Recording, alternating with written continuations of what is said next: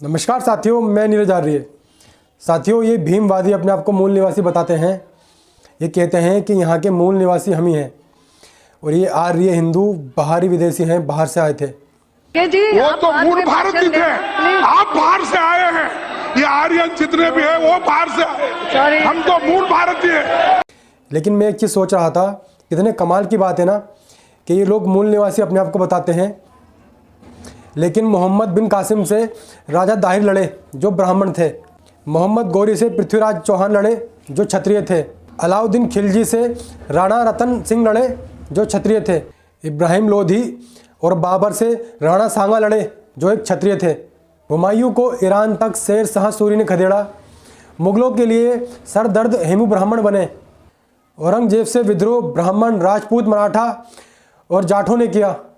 मुगल सल्तनत और निजाम शाही को बाजीराव पेशवा ने ही समाप्त किया था जो एक ब्राह्मण थे। अंग्रेजी सरकार के खिलाफ मंगल पांडे ने विद्रोह किया था जो एक ब्राह्मण था। और अंग्रेजों से युद्ध करने वाली रानी लक्ष्मीबाई थी जो एक ब्राह्मण थी। अंग्रेजों की आंखों में पंडित चंद्रशेखर आज़ाद ही चुभता था जो एक ब्राह्मण था।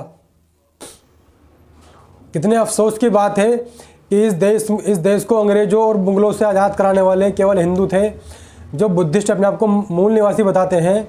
मूल निवासी होते हुए भी इनका आज़ादी में 1% भी योगदान नहीं था। तुम लोग जो हिंदुत्व पर उंगली उठाते हो ना, तुम वतन के वो गद्दार हो जिन्होंने 1818 में मराठा और अंग्रेज़ों के बीच में जो युद्ध हुआ था उसमें तुम अंग्रेज़ों के साथ थे, उसमें तुमने अंग्रेज़ों का साथ दिया था। अपने ही देश के साथ तुमने गद्दारी करी थी।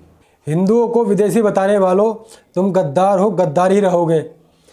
कोई भी आरक्षण तुम्हारे माथे से इस कलंक को नहीं मिटा सकता। तुम लोगों से इस देश को कोई उम्मीद नहीं है। महमूद गजनवी ने जब भारत पर पहला सफल हमला किया था, बुद्धिस्टों ने ही महमूद गजनवी को भारत की सीमा से अंदर आने का रास्ता दिखाया था। और जैसे ही भारत में उन्होंने प्रवेश किया, सबसे पहले उन्होंने बुद्ध विहार की जितनी भी महिलाएं थीं उनकी इज्जत लूटी और उनकी जो कुंवारी लड़कियां थीं उनको अपने खलीफा के पास भेज दिया। जितने भी मुग़ल होते थे वो ऐसे ही करते थे, कुंवारी लड़कियों को अपने खलीफा के पास भेज दिया करते थे। थू है तुम लोगों पर, जो तुम लोगों की आंखें इतिहास देखकर भी नहीं खुलती, जबकि बाबा साहब भीमराव अंबेडकर अपनी किताबों में खुला इनका जिक्र करते हैं, खुला इनके बारे में बताते हैं। लेकिन तब भी तुम्हारी आंखें नहीं खुलने वाली, क्योंकि तुम्हारी आंखें आरक्षण और राजनीति के द्वारा बंद हैं। जय श्री राम।